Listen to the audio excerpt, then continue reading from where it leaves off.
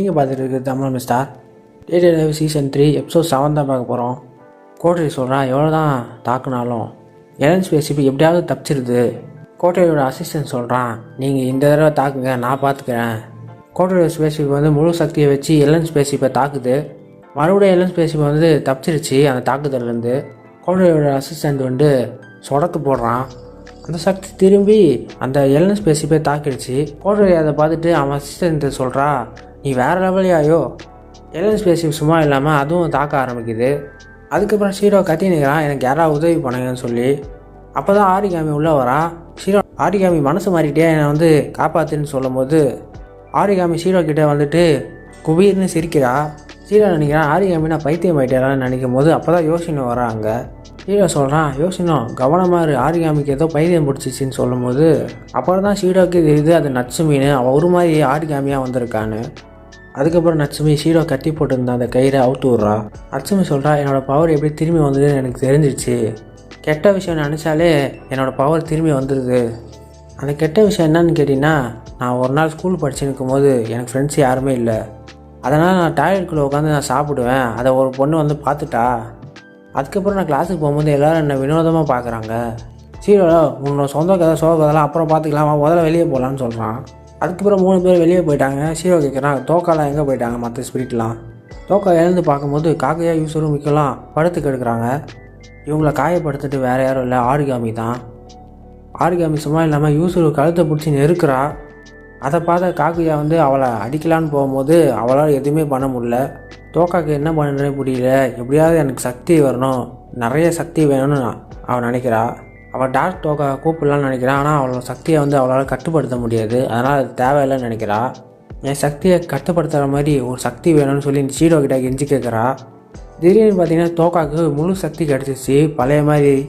அந்த சக்தியை வச்சு தோக்கா யூசுருவை காப்பாற்றிடுறா ஆரிகாமிக்கிட்டேருந்து. அதுக்கப்புறம் தோக்காக்கும் ஆரிகாமிக்கும் பயங்கரமான சண்டை போகுது. அந்த சண்டையில் தோக்கா தான் கேட்குறா. ஆரிகாமி கீழே விழுந்துடுறா. கீழே விழுந்த ஆரிகாமி அழுறா. நான் எவ்வளோ தான் ட்ரை பண்ணாலும் அந்த ஸ்பிரிட்டை தோக்கடிக்கவே முடியல. என்னோடய வாழ்க்கையை பழி வாங்குறதுக்காக தான் நான் அர்ப்பணிச்சிருக்கேன்.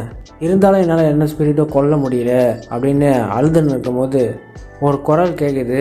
அந்த குரல் சொல்லுது, உனக்கு சக்தி வேணுமான்னு குரல் கேட்கும் போது ஆரிகாமி சொல்கிறா, எனக்கு சக்தி வேணும். அந்த குரல் சொல்லுது, உனக்கு நான் தரேன்னு சொல்லிவிட்டு அந்த கிறிஸ்டல் மாதிரி ஒன்று வருது. அது ஆரிகாமிக்குள்ளே போயிடுச்சு. அதுக்கப்புறம் ஏஎஸ்டி கும்பல் புது ஸ்பிரிட் வந்திருக்குன்னு கண்டுபிடிச்சிருக்காங்க. அந்த பக்கம் காகையா யூசுரு ஏழுந்துக்கிட்டாங்க. ஆனால் மிக்கு இன்னும் படுத்துக்கிட்டே இருக்கா. மிக்கு காகையா யூசுரு வாய்ஸை மிமிக்ரி பண்ணிக்கிட்டு இருக்கா. தூக்கத்தில் இருக்கிற இந்த மிக்கு எழுப்பணுன்னா நீங்கள் முட்டை கொடுக்கணும்னு சொல்கிறா. அதை பார்த்தா காகையா யூசுரில் இதை நாங்கள் பேசலையேன்னு சொல்லும் போது தோக்காவுக்கு தெரிஞ்சு போச்சு மிக்கு மிமிக்ரி பண்ணிக்கிட்டு இருக்கான்ட்டு. தோக்கா சொல்கிறா, மிக்கு ஒழுங்காக ஏந்துரு, எங்களுக்கு தெரிஞ்சு போச்சு நீ மிமிக்ரி பண்ணுறேன்னு. மிக்கு ஏந்ததுக்கப்புறம் அங்கே ஆரிகாமி வரா. அதை பார்த்தா தோக்கால, என்ன ஆரிகாமி நீ இப்போ ஸ்பிரிட்டாகவே மாறிட்ட. ஆரிகாமிக்கே ஷாக் ஆகிடுச்சு, நான் ஸ்பிரிட்டாக மாறிட்டேனா? இருந்தாலும் பரவாயில்ல, உங்களை அழிக்க இந்த ஸ்பிரிட் பவர் தான் தேவைன்னா அதையும் நான் செய்வேன். இங்கே இருக்க எல்லா ஸ்பிரிட்டையும் அழிச்சிட்டு கடைசியாக நானும் என்னை அழிச்சிப்பேன். அப்படி ஆரிகாமி சொல்கிறத கேட்டுட்டு தோக்கால, உனக்கு சத்தியமாக பைத்தியம் முடிச்சிச்சு. காகையா யூசுரமிக்கு 3 பேருமே இங்கேருந்து கிளம்பி போங்க, நான் இவளை பார்த்துக்கிறேன்னு சொல்கிறா. அந்த 3 பேருமே கிளம்பி போயிட்டாங்க. தோக்கா ஆரிகாமி கூட சண்டை போட்டுக்கிட்டு இருக்கா. 2 பேருமே ஈக்குவலாக இருக்காங்க. தோக்கா முழு சக்தியை பயன்படுத்த போகிறா. தோக்கா ஒரு முறை கேட்குறா, ஆரிகாமி நான் கடைசியாக கேட்குறேன், நம்ம சண்டை போட்டு தான் ஆகணுமா? ஆரிகாமி சொல்கிறா, உன் கூட இருக்கிறதோட நான் செத்து போகிறதே மேலு. ஆரிகாமியை முழு சக்தியை பயன்படுத்துகிறா. தோக்காவை முழு சக்தியை பயன்படுத்தி 2 பேரும் தாக்கலான்னு வரும்போது கூர்க்கால கோஷிக்கு வராமல் ஷீரோ வந்துட்டான். ஷீரோ கத்துறான், 2 பேரும் சண்டையை நிறுத்துங்கன்னு. அதை பார்த்தா தோக்காவும் ஆரிகாமி சண்டையை நிறுத்திட்டாங்க. ஆரிகாமி அங்கேருந்து எஸ்கேப் ஆயிட்டா. ஷீரோ கத்தான், ஆரிகாமி நில்லுன்னு சொல்லிட்டு. ஆனால் ஆரிகாமி நிற்க வேலை போயிட்டே இருக்கா. அதுக்கப்புறம் ஆரிகாமி ஒரு இடத்துல நின்றுட்டு பார்க்குறா அவள் ஊரை நாசப்பானதை. அவளே நினச்சிக்கிறேன், நான் ஏன் இதெல்லாம் பண்ணிக்கிட்டு இருக்கேன்னு. அதுக்கப்புறம் ஷீரோ தோக்கா மற்ற ஸ்பிரிட் எல்லாருமே ஸ்கூலோட இன்ஃபர்மரியில் ரெஸ்ட் எடுத்துருக்குறாங்க. அங்கே ஷீரோ கேட்குறான் தோக்கா கிட்ட, ஆரிகாமி உங்களை காயப்படுத்தினாலான்னு. தோக்கா சொல்கிறான், ஆமாம், மிக்க முடியலனா கூட அவங்களுக்கு உதவி பண்ணணும்னு நினைக்கிறா. அதை ஷீரோ பார்த்துக்கல.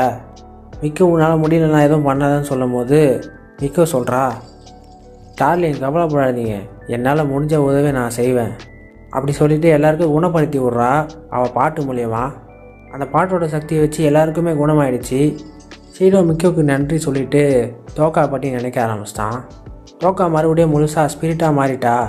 இந்த விஷயத்தை ஏஎஸ்டி கும்பல் கண்டுபிடிக்கிறதுக்கு முன்னாடி நான் எப்படியாவது அவளை சீல் பண்ணி ஆகணும்னு நினைக்கிறான் ஷீரோ. அதை பார்த்த தோக்காவில் நீ என்ன நினைக்கிறேன்னு கேட்கும் போது ஷீரோவில் தோக்காவை தனியாக கூட்டின்னு போய் அங்கே இருக்க துணியை மூடி அவன் வந்துட்டு சொல்கிறான் தோக்கா கிட்ட காதில். தோக்காவுக்கு புரிஞ்சு போச்சு அவன் முத்தம் கொடுத்து சீல் பண்ண போகிறான்னு. அவள் வெயிட் பண்ணிகிட்டு இருக்கா. ஷீரோ முத்தம் கொடுக்கலான்னு வரும்போது அங்கே காகையா மற்றவங்க எல்லாருமே பார்த்துக்கிட்டு இருக்காங்க. அது ஷீரோவுக்கு தெரிஞ்சு போச்சு. காகையா மற்றவங்களும் ஷீரோ எங்கே போயிட்டான்னு தேடிட்டு இருக்கும் போது ஷீரோ அவங்கள கண்டுபிடிச்சது அவங்களுக்கு தெரிஞ்சு போச்சு. எல்லோரும் கீழே விட்டாங்க. அடுத்த சீனில் ராத்திரியில் எல்லா குருவி வேரியன்ஸும் சுற்றிக்கிட்டு இருக்காங்க. ஒரு குருவி வேரியண்ட்டை போட்டு தள்ளிட்டு அங்கே ஆரிகாமி குருவியை பார்க்க வர்றா. குருவி சொல்கிறா ஆரிகாமி உன்னை பார்த்ததில் ரொம்ப சந்தோஷம்னு. அதோட இந்த எபிசோட் முடியுது. இந்த வீடியோ பிடிச்சா லைக் பண்ணுங்கள், ஷேர் பண்ணுங்கள், சப்ஸ்கிரைப் பண்ணுங்கள். அடுத்த வீடியோவில் சந்திக்கலாம். உங்கள்கிட்ட வீடியோ பெறுவது உங்கள் தமிழா மெஸ்டா.